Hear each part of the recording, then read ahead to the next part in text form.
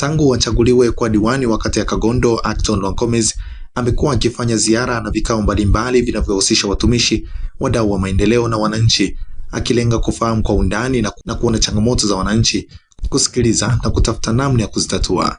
Hivi karibuni ameshuhudiwa akikutana na watendaji wa mitaa, wakuu wa shule, watumishi wote wa umma pamoja na wananchi, na baada ya hapo amefungua rasmi kikao chake cha kwanza cha Ward C. Pamoja na mambo mengine, kikao hicho kilijadili namna ya kutatua changamoto zinazoikabili Kagondo. Anaamini maendeleo ya kata ya Kagondo yatakuja tu pale kila mtu atakapotimiza wajibu wake, lakini pia mshikamano wa pamoja na sio kuitegemea serikali pekee.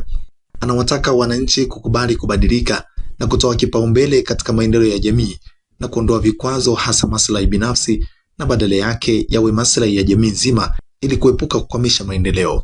Amewataka viongozi wa mitaa kuwa wajibikaji katika kuongoza wananchi sambamba na kuwaelimisha katika mambo yanayohitaji elimu ya umma. Anasisitiza swala la ulinzi, kuepuka ujenzi holela na ubinafsi.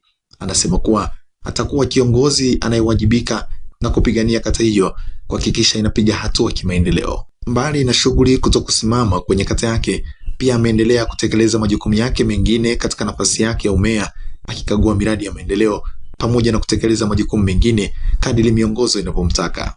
Hii ni TNTV, jina langu ni Arnold Kailembo. Usahau kumwezeni na subscribe, like, kushare na comment.